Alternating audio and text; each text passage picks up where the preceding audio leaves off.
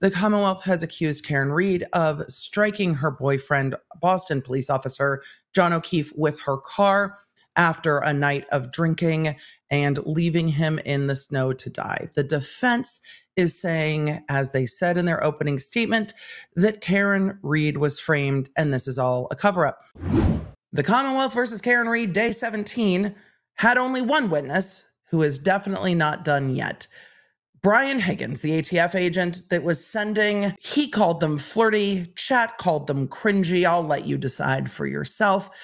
Text messages with Karen Reed. It was indicating that the two of them were discussing a relationship, discussing that they found each other hot, discussing what this might be. Karen Reed telling him that she wasn't happy in her relationship with John, that things aren't perfect, that things had deteriorated, that she never wanted to get married, that she didn't want to have kids. And now she's fighting over how to raise kids with someone. And it seemed that she was like, how did I get here? This isn't what I want. She called the kids spoiled in one of those text messages.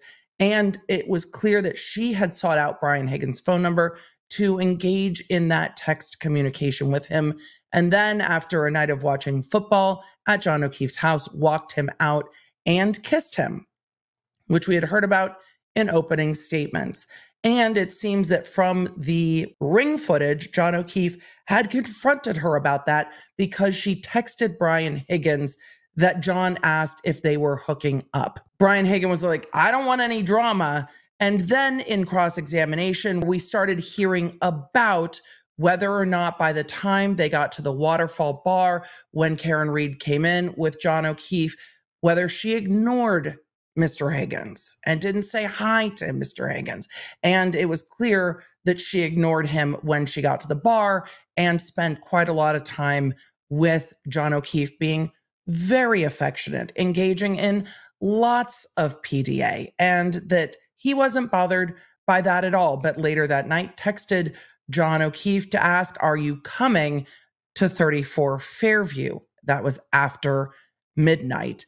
Then as we got into cross-examination more about Karen Reed ghosting Brian Higgins, we started to go through all of that information about him being at Canton PD at 1:30 in the morning and then going home at some point and not having a phone call with Brian Albert, even though the phones show a 22-second phone call with Brian Albert at 2:22 in the morning, but no phone call happened. Do you know what he said? You do. You do. Say it with me. Do you know what he said it was? Yeah, he said it was a butt dial. He said it must have been a butt dial. So then, as we get further into his back and forth at Canton PD on the 29th, after he went to the Albert residence at 7:30 something in the morning, that he went to Canton PD before he went home. And he was at Canton PD till after 6 p.m. And he was on the phone with Kevin Albert, Brian Albert, and former chief of police.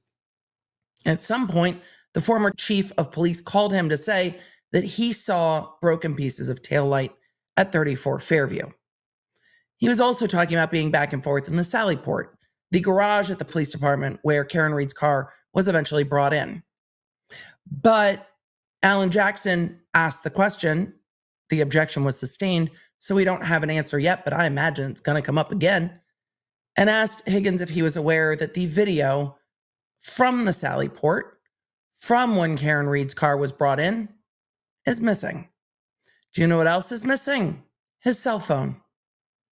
Yep, another cell phone. So we have all these texts back and forth on screenshot, and then we got to the fact that Brian Higgins' best friend works for ATF, but works at the FBI Computer Forensics Laboratory, and that Brian Higgins went to that lab to use a machine to extract certain things off his phone to turn over to law enforcement.